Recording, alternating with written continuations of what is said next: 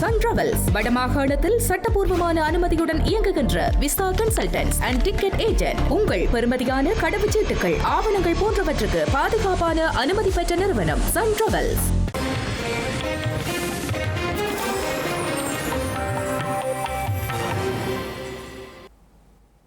வணக்கம். இது ஐபிசி தமிழின் காலை நேர பிரதான செய்திகள். முதலில் தலைப்புச் செய்திகள்.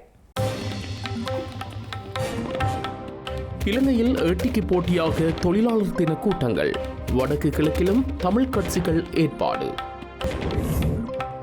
இணைய ஊடுருவல் விவகாரம். 1 மாத காலத்திற்குள் அறிக்கை சமர்ப்பிக்குமாறு திரைசேரி செயலாளருக்கு அறிவிப்பு. மர்மமான முறையில் உயிரிழந்த நிதியமைச்சின் அதிகாரி பணியிடை நீக்கம் செய்யப்பட்ட நிலையில் சடலமாக மீட்பு. கசப்ப தேரவுக்கு எதிரான நீதிமன்ற அவமதிப்பு வழக்கு கட்டளைக்காக இந்த மாத இறுதியில் தவணை. சட்டசபை தேர்தலில் திமுகவிற்கே வெற்றி, மாற்றம் இல்லை என்கிறார் ஸ்டாலின். பிரித்தானியாவில் பயங்கரவாத அச்சுறுத்தலின் மட்டம் அதிகரிப்பு. கோல்டன் கிரீன் தாக்குதலை தொடர்ந்து நடவடிக்கை. இனி விரிவான செய்திகள். சர்வதேச தொழிலாளர் தினமான இன்றைய தினம் நாட்டின் பிரதான எதிர்க்கட்சி உள்ளடங்கலான அரசியல் கட்சிகள் மற்றும் தொழிற்சங்கங்கள் தமது பலத்தை நிரூபிப்பதற்கான நாடளாவிய ரீதியில் தொழிலாளர் தின பேரணிகளையும் கூட்டணிகளையும் ஏற்பாடு செய்துள்ளன. தேசிய மக்கள் சக்தி அரசாங்கம் 21 மாவட்டங்களில் 21 தொழிலாளர் தின கூட்டங்களை நடத்தவுள்ளது. நுவரெலியாவில் நடைபெறும் கூட்டத்தில் ஜனாதிபதி அனுரகுமார திசாநாயக்க கலந்து கொள்ளவுள்ளார். இலங்கையின் பிரதான எதிர்க்கட்சியான ஐக்கிய மக்கள் சக்தியின் தொழிலாளர் தின கூட்டம் எதிர்க்கட்சித் தலைவர் சஜித் பிரேமதாச தலைமையில் இன்று கொழும்பு மாளிகாவத்தை PD ஸ்ரீசேன விளையாட்டு மைதானத்தில் பிற்பகல் 2 மணிக்கு இடம்பெறவுள்ளது. தொழிலாளர் தின பேரணிகள் எதுவும் இடம்பெறாது என்றும் கட்சியுடன் இணைந்த அனைத்து தொழிற்சங்கங்களும் பாரிய அளவில் இதில் பங்கேற்க உள்ளதாக ஐக்கிய மக்கள் சக்தி தெரிவித்துள்ளது. மேலும் முன்னாள் ஜனாதிபதி மஹிந்த ராஜபக்ச தலைமையிலான ஸ்ரீலங்கா பொதுஜன பெரமுன தொழிலாளர் தின கூட்டத்தை நடத்துவது குறித்து தீர்மானம் நிறைவேற்றப்பட்டுள்ளது.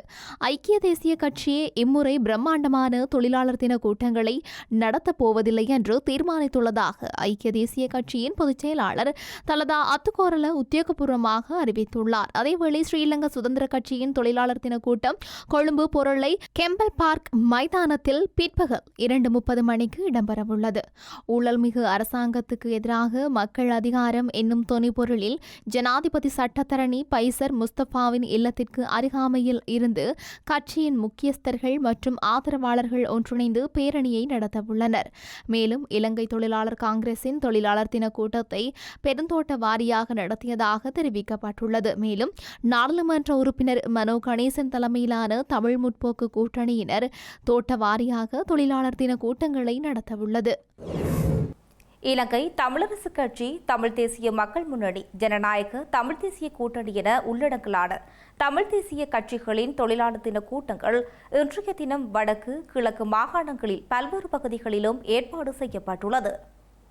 இலங்கை தமிழரசு கட்சியினால் தன்னாட்சி அதிகாரத்திற்காகவும் வளச்சுரண்டல்களுக்கு எதிராகவும் ஒன்றிணைவோம் என்னும் மகுடத்தில் வடக்கில் மாங்குளம் பேருந்து நிலையத்துக்கு அருகாமையிலும் கிழக்கு மாகாணத்தில் மட்டக்களப்பில் பட்டிப்பளை வைரவர் விளையாட்டுக் கழக மைதானத்திலும் தொழிலாளர் தின கூட்டங்கள் ஏற்பாடு செய்யப்பட்டுள்ளன. அதேபோன்று சர்வதேச தொழிலாளர் தினத்தை முன்னிட்டு தமிழ் தேசிய பேரவையின் கூட்டம் அதன் தலைவரும் நாடாளுமன்ற உறுப்பினருமான கஜேந்திரகுமார் பொன்னம்பலம் தலைமையில் நல்லூரில் அமைந்துள்ள இளங்கலைஞர் மண்டபத்தில் மாலை 3 மணிக்கு நடைபெறவுள்ளது. அதேவேளை யாழ்ப்பாணம் இணுவிலில் நடைபெறவுள்ள ஜனநாயக தமிழ் தேசிய கூட்டணியின் தொழிலாளர் தின கூட்டத்தில் கூட்டணியின் பொதுச் செயலாளர் மற்றும் பங்காளி கட்சிகளின் தலைவர்கள் உரையாற்றவுள்ளனர். திரைசேரியால் ஆஸ்திரேலிய கடன் வழங்குனர் நிறுவனத்துக்கு செலுத்தப்பட்ட $2.5 பில்லியன் இணைய ஊடுருவக்காரர்களினால் திருடப்பட்ட விவகாரம் தொடர்பிலான முழுமையான அறிக்கையை 1 மாத காலத்துக்குள் சமர்ப்பிக்குமாறு அரசாங்க நிதி பற்றிய குழுவின் தலைவர் கலாநிதி கர்ஷன டி சில்வா ஸ்ரீலங்கா திரைசேரியின் செயலாளர் கர்ஷன சூரியபெருமவுக்கு அறிவித்துள்ளார். ஸ்ரீலங்கா திரைசேரியால் ஆஸ்திரேலிய கடன் வழங்குனர் நிறுவனத்திற்கு செலுத்தப்பட்ட $2.5 மில்லியன் இணைய ஊடுருவல்காரர்களினால் திருடப்பட்ட சம்பவம் தொடர்பில் விளக்கம் அளிப்பதற்கு அரசாங்க நிதி பற்றிய குழுவில் முன்னிலையாகுமாறு திரைசேரியின் செயலாளருக்கு எழுத்து மூலமாக அறிவுறுத்தியிருந்தது. இந்த விவகாரம் குறித்து எதிர்வரும் செவ்வாய்க்கிழமை அரசாங்கம் உத்தியோகபூர்வமாக அறிவிப்பதால் குழுவில் முன்னிலையாக முடியாது என திரைசேரியின் செயலாளர் ஹர்சன சூரியபெரும அரசாங்க நிதி பற்றிய குழுவின் செயலாளருக்கு எழுத்து மூலமாக அறிவுறுத்தியிருந்தார். இந்த அறிவிப்புக்கு கடும் எதிர்ப்பை வெளிப்படுத்திய அரசாங்க நிதி பற்றிய குழுவின் தலைவர் கர்ச டி சில்வா, திரைசேரி செயலாளர் ஒரு அரசியல் நியமனம் என்றும் அவரால் அந்த பதவியை சரிவர வகிக்க முடியாவிட்டால் இயலுமான ஒருவரிடம் பதவியை ஒப்படைக்க வேண்டும் என்றும் கடும் எதிர்ப்பை பதிவு செய்திருந்தார். இவ்வாறான பின்னணியில் திரைசேரியின் செயலாளர் குழுவில் முன்னிலையாகுவதற்கு திரைசேரியின் செயலாளர் இணக்கம் தெரிவித்து நேற்று நாடாளுமன்ற கட்டட தொகுதியில் இடம்பெற்ற அரசாங்க நிதி பற்றிய குழுவில் முன்னிலையானார். இதன்போது குறித்த மோசடி மற்றும் இதுவரை காலமும் முன்னெடுக்கப்பட்ட விசாரணைகள் மற்றும் அவற்றின் முன்னேற்றங்கள் குறித்து திரைசேரி செயலாளர் குழுவுக்கு தெளிவுபடுத்தி தரவுகளை முன்னிலைப்படுத்தியுள்ளனர். 2015 ஆண்டு நவம்பர் முதல் 2026 வரையான காலப்பகுதியில் செலுத்தப்பட்ட 10 கடன் கொடுப்பனவுகளின் மொத்த தொகையே இவ்வாறு மோசடி செய்யப்பட்டுள்ளதாக திரைசேரியின் செயலாளர் குழுவில் முன்னிலையில் குறிப்பிட்டார். இந்த மோசடி குறித்து தேசிய மற்றும் சர்வதேச மட்டத்தில் விசாரணைகள் முன்னெடுக்கப்பட்டிருக்கின்ற நிலையில் சகல விடயங்களையும் வெளிப்படுத்த முடியாது என்றும் இரகசியத்தன்மை பாதுகாக்கப்பட வேண்டும் என்றும் திரைசேரியின் செயலாளர் கூறினார். நாட்டின் நிதி அதிகாரம் நாடாளுமன்றத்திற்கு இருப்பதால் அந்த விவகாரம் குறித்து ஏன் 3 மாத காலமும் அறிவிக்கவில்லை என்று ஹர்ச டி சில்வா கேள்வி எழுப்பினார். இதற்கு பதிலளித்த திரைசேரியின் செயலாளர், இந்த மோசடி நாட்டின் எல்லைக்கு அப்பாற்பட்ட வகையில் நேர்ந்துள்ளதால் முதலில் உள்ளக மட்டத்தில் விசாரணைகள் மேற்கொள்ளப்பட்டதாகவும் அதனைத் தொடர்ந்து குற்றப்புலனாய்வு திணைக்களத்திற்கு முறைப்பாடு அளிக்கப்பட்டு உரிய விசாரணைகள் முன்னெடுக்கப்பட்டதாகவும் கூறினார். அத்துடன் ராஜதந்திர மட்டத்தில் விசாரணைகள் முன்னெடுக்கப்படுவதால் இரகசியத்தன்மையை பாதுகாக்க வேண்டிய கடப்பாடு காணப்படுகின்றது எனவும் கூறினார். இவரையும் பாதுகாக்க வேண்டிய அவசியம் இல்லை என்றும் முறையான விசாரணைகள் முன்னெடுக்கப்படுகின்றது என்றும் தெரிவித்தார். இதனை அரசியலாக்க கூடாது என்பதே தமது நிலைப்பாடு என்றும் குறிப்பிட்டார். இதன்போது கருத்து தெரிவித்த குழுவின் தலைவர் ஹர்ச டி சில்வா, கடன் கொடுப்பனவு செலுத்தலில் $2.5 மில்லியன் மாத்திரம்தான் மோசடி செய்யப்பட்டதா என்ற சந்தேகம் காணப்படுகின்றது என்றும் முழு கட்டமைப்பின் இரகசிய தரவுகளும் 3ஆம் தரப்பினரால் திருடப்பட்டிருக்கலாம் என கூறினார். ஆகவே இந்த விடயத்தை அலட்சியப்படுத்த முடியாது என்றும் உன்னிப்பாக அவதானித்து வருகின்றோம் எனவும் குறிப்பிட்டார். இதனை அடுத்து குறித்த மோசடி விவகாரம் தொடர்பான முழுமையான அறிக்கையை 1 மாத காலத்திற்குள் குழுவிற்குள் சமர்ப்பிக்க வேண்டும் என அரச நிதி பற்றிய குழுவின் தலைவர் கலாநிதி ஹர்ச டி சில்வா திரைசேரியின் செயலாளர் ஹர்சன சூரியபெருமவுக்கு அறிவுறுத்தினார். அத்துடன் திரைசேரி செயலாளரை மீண்டும் குழுவிற்கு அழைப்பதற்கு இதன்போது தீர்மானிக்கப்பட்டுள்ளது. ஸ்ரீலங்கா திரைசேரியிலிருந்து ஆஸ்திரேலியாவுக்கு செலுத்தப்பட்ட $2.5 மில்லியன் நிதி இணையப்படி ஊடுருவக்காரர்களினால் திருடப்பட்ட சம்பவம் தொடர்பில் பணியிடை நீக்கம் செய்யப்பட்ட நிதி அமைச்சின் 4 அதிகாரிகளில் ஒருவர் மர்மமான முறையில் உயிரிழந்த சம்பவம் தொடர்பில் விசாரணைகள் ஆரம்பிக்கப்பட்டுள்ளன. ஸ்ரீலங்கா நிதியமைச்சின் வெளிநாட்டு வளங்கள் திணைக்களத்தின் உதவி பணிப்பாளராக செயல்பட்ட ரங்கராஜபக்ச என்பவரே உயிரிழந்த நிலையில் நேற்று மாலை சடலமாக மீட்கப்பட்டிருந்தார். குளியாப்பிட்டிய பகுதியில் உள்ள அவரது வீட்டின் பின்புற பகுதியில் இருந்து அவரது சடலம் மீட்கப்பட்டுள்ளதாகவும் அவரது உடலில் வெட்டுக்காயம் காணப்படுவதாகவும் குறிப்பிடுகின்றனர். இதனால் அவர் கொலை செய்யப்பட்டாரா அல்லது தற்கொலை செய்து கொண்டாரா என்ற கோணத்தில் விசாரணைகளை காவல்துறையினர் ஆரம்பித்துள்ளனர். செம்மணி மனித புதைக்குழியின் 3ஆம் கட்ட அகழ்வு பணிகள் இடம்பெற்று வரும் நிலையில் இதுவரை 240 எண்பு தொகுதிகள் அகழ்ந்தெடுக்கப்பட்டுள்ளது. செம்மணி மனித புதைக்குழியின் அகழ்வு பணிகள் நேற்று யாழ்ப்பாண நீதவான் நீதிமன்ற நீதவான் எஸ் லெலின்குமார் முன்னிலையில் நடைபெற்றது. அகழ்வு பணியின் போது ஏற்கனவே அகழ்ந்தெடுக்கப்பட்ட எலும்புக்கூடு 211 மற்றும் 220 உடைய பகுதியளவான எலும்பு எச்சங்கள் துப்புரவாக்கப்பட்டு அடையாளம் இடப்பட்டு அகழ்ந்தெடுக்கப்பட்டு நீதிமன்றத்தின் காவலில் ஒப்படைக்கப்பட்டுள்ளது. நேற்று அகழ்வுடன் மொத்தமாக 241 எலும்பு தொகுதிகள் அடையாளம் காணப்பட்டதுடன் 240 எண்பு தொகுதிகள் அகழ்ந்தெடுக்கப்பட்டுள்ளன. இதில் நாணயத்தை ஒத்த சான்று பொருள் ஒன்றும் அடையாளம் காணப்பட்டுள்ளது. பலாங்குட கசப்பு தேரருக்கு எதிராக சாவகச்சேரி நீதிமன்றத்தில் நீதிமன்ற அவமதிப்பு வழக்கு தாக்கல் செய்யப்பட்டுள்ள நிலையில் கட்டளைக்கான மே மாதம் 29ஆம் தேதிக்கு தவணையிடப்பட்டுள்ளது. யாழ்ப்பாணம் நாவற்குழி பகுதியில் அமைந்துள்ள விகாரையில் உள்ள பிக்கு ஒருவர் விகாரையில் குடிநீர் எடுக்கச் சென்ற சிறுமியை பாலியல் துஷ்பிரயோகம் செய்தார் என அவரது தாயாரால் செய்யப்பட்ட முறைப்பாட்டிற்கு அமைய பிக்கு கைது செய்யப்பட்டு கடும் நிபந்தனையுடன் பிணையில் விடுதலை செய்யப்பட்டுள்ளார். இந்த நிலையில் பலாங்குட கசியப்ப தேரர் கொழும்பில் விசேட ஊடகவியலாளர் சந்திப்பு நடத்தி குறித்த பிக்குவின் கைது தொடர்பாகவும் சாவகச்சேரி நீதிமன்ற நடவடிக்கைகளை பாதிக்கும் வகையிலும் கருத்துக்களை தெரிவித்திருந்தார். இதனை அடுத்து நீதிமன்றத்திற்கு சவால் விடுக்கும் வகையில் கசப்ப தேரர் கருத்துக்கள் தெரிவித்துள்ளதாக ஜனாதிபதி சட்டத்தரணி எம்.ஏ. சுமந்திரன் தலைமையிலான 12 சட்டத்தரணிகளால் நீதிமன்ற அவமதிப்பு வழக்கு தொடரப்பட்டது. இந்த வழக்கு கட்டளைக்காக நேற்று அழைக்கப்பட்ட நிலையில் நீதிமன்ற கட்டளை தயாரில்லை என தெரிவித்து நீதவான் மே மாதம் 29ஆம் தேதிக்கு கட்டளைக்காக வழக்கை தவணையிட்டுள்ளார். இன்றைய தினம் சாவகச்சேரி நீதவான் நீதிமன்றத்திலே நாவட்குழி விஹாரையிலே நடந்த அசம்பாவிதம் சம்பந்தமான வழக்கு எடுத்துக்கொள்ளப்பட்டது. கடந்த தினத்திலே இந்த வழக்கு சம்பந்தமாக பலாங்குட கசப்ப தேரர் அவர்கள் பகிரங்கமாக ஊடகவிய சந்திப்பை நடத்தி அதிலே நீதிமன்ற அவமதிப்பு நடவடிக்கை மேற்கொண்டார் என்று நாங்கள் குற்றம் சாட்டியிருந்தோம். அது சம்பந்தமாக கடந்த தினம் நீண்ட சமர்ப்பணங்களும் மன்றுக்கு செய்யப்பட்டிருந்தது. அவருக்கு நீதிமன்ற அவமதிப்பு சம்பந்தமாக அழைப்பாணை விடுப்பதா இல்லையா என்பதை தீர்மானிப்பதற்காக இன்றைய தினம் கட்டளைக்காக நியமிக்கப்பட்டிருந்தது.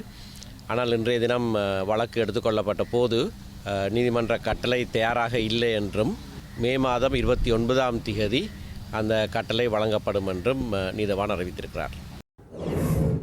யாழ் பல்கலைக்கழகத்தின் விடுதியில் தங்கியுள்ள மாணவர்களுக்கு உணவு வழங்குபவர்கள் குறித்த முறைப்பாடுகள் கிடைக்கப்பெற்ற நிலையில் நேற்று இரவு திடீர் சோதனை மேற்கொள்ளப்பட்டுள்ளது. திருநெல்வேலி பொது சுகாதார பரிசோதகர் பிரிவுக்கு உட்பட்ட பல்கலைக்கழக மாணவர் விடுதிகளில் வெளிநபர்கள் நீண்ட காலமாக உணவு வழங்கி வருகின்றனர்.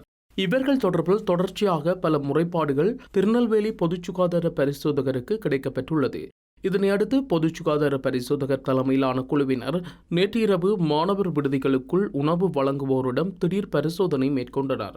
இனங்காணப்பட்ட குறைபாடுகள் தொடர்பில் எச்சரிக்கைகள் வழங்கப்பட்டதோடு குறைபாடுகளை விரைவில் நிவர்த்தி செய்யுமாறும் அறிவுறுத்தல் வழங்கப்பட்டது.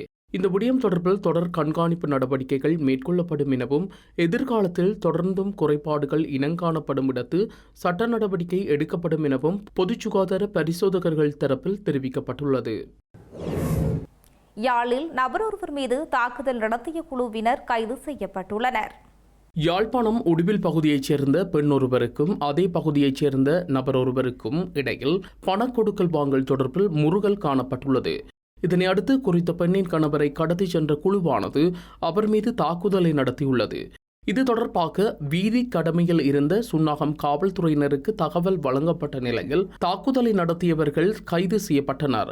விசாரணைகளின் பின்னர் அவர்களை மல்லாகம் நீதிமன்றத்தில் முற்படுத்துவதற்கான நடவடிக்கைகளை காவல்துறையினர் மேற்கொண்டு வருகின்றனர். யாழ்ப்பாணம் அராலி தெற்கு பகுதியில் வயோதிப பெண் ஒருவர் தீயில் கருகிய நிலையில் சடலமாக மீட்கப்பட்ட சம்பவம் தொடர்பில் விசாரணைகள் ஆரம்பிக்கப்பட்டுள்ளன. யாழ்ப்பாணம் அராலி தெற்கு வட்டுக்கோட்டை கழுவத்துறை பகுதியைச் சேர்ந்த கைலாச பிள்ளையார் கமலேஸ்வரி என்ற 79 வயதுடைய பெண் ஒருவரே சடலமாக மீட்கப்பட்டுள்ளார். குறித்த பெண்ணின் 2 பிள்ளைகளும் வெளிநாட்டில் வசித்து வரும் நிலையில் அவர் பணிப்பெண் மூலம் பராமரிக்கப்பட்டு வருகின்றார். இந்த நிலையில் வெளிநாட்டில் உள்ள பிள்ளைகள் பல தடவைகள் அவருக்கு அழைப்பு மேற்கொண்ட போதும் அவரை தொடர்பு கொள்ள முடியாத நிலையில் அயலவர்களுக்கு தகவல் வழங்கினர். இதன்போது அயலவர்கள் அங்கு சென்று பார்த்த வேளையில் தீயில் கருகிய நிலையில் சடலமாக காணப்பட்டுள்ளார். சடலத்துக்கு அருகாமையில் 2 மண்ணெண்ணெய் கொள்கலன்கள் காணப்பட்டதுடன் அவற்றுள் ஒன்று முழுமையாக தீர்ந்திருந்தது. அத்துடன் வீட்டின் உள்ளே உள்ள மின் விசிறியில் கயிறு ஒன்று கட்டப்பட்டு அறுக்கப்பட்டு காணப்பட்டது. இது தொடர்பில் வட்டுக்கோட்டை காவல்துறையினருக்கு தகவல் வழங்கப்பட்ட நிலையில் சம்பவம் தொடர்பில் விசாரணைகள் ஆரம்பிக்கப்பட்டுள்ளன. திமுக தொண்டர்களின் உழைப்பின் பலன் எதிர்வரும் 4ஆம் தேதி தெரியும் என தமிழக முதலமைச்சர் ஸ்டாலின் தெரிவித்துள்ளார். தமிழக சட்டசபை தேர்தலில் தமக்கு வெற்றி என்பதில் துளிகளவு மாற்றமில்லை எனவும் திமுக தொண்டர்களின் உழைப்பின் மீதான நம்பிக்கையில் இதனை கூறுவதாகவும் அவர் தெரிவித்துள்ளார். திமுக கட்சி மீண்டும் தொடரும் என சென்னை சித்தாதிரிப்பேட்டை தொழிலாளர் தின பூங்காவில் அமைந்துள்ள தொழிலாளர் நினைவு சின்னத்துக்கு மரியாதை செலுத்திய பின்னர் குறிப்பிட்டுள்ளார். பிரித்தானிய அரசாங்கம் நாட்டில் உள்ள பயங்கரவாத அச்சுறுத்தலின் அளவை கடுமையான நிலைக்கு உயர்த்தியுள்ளது. இதன் மூலம் எதிர்வரும் 6 மாதங்களுக்குள் மற்றொரு பயங்கரவாத தாக்குதல் நடத்தப்படலாம் என எச்சரிக்கை விடுக்கப்பட்டுள்ளது. பிரித்தானிய தலைநகர் லண்டனில் கோல்டர்ஸ் கிரீன் பகுதியில் 2 யூதர்கள் கத்தியால் குத்தப்பட்டு காயப்படுத்தப்பட்ட அதிர்ச்சி சம்பவங்களை தொடர்ந்து யூத எதிர்ப்புவாதத்தை ஒடுக்க தீவிர நடவடிக்கைகள் எடுக்கப்பட வேண்டும் என்ற கோரிக்கைகள் எழுந்துள்ளன.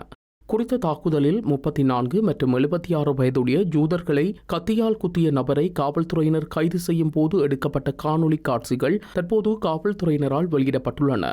இந்த நிலையில் ஹோல்டர்ஸ் கிரீன்ஸ் தாக்குதலில் விளைவாக பரந்த இஸ்லாமிய மற்றும் தீவிர வலதுசாரி அச்சுறுத்தல்களின் அதிகரிப்பு காரணமாக நாட்டின் பயங்கரவாத அச்சுறுத்தலின் அளவு அதிகரித்துள்ளதாக அறிவிக்கப்பட்டுள்ளது.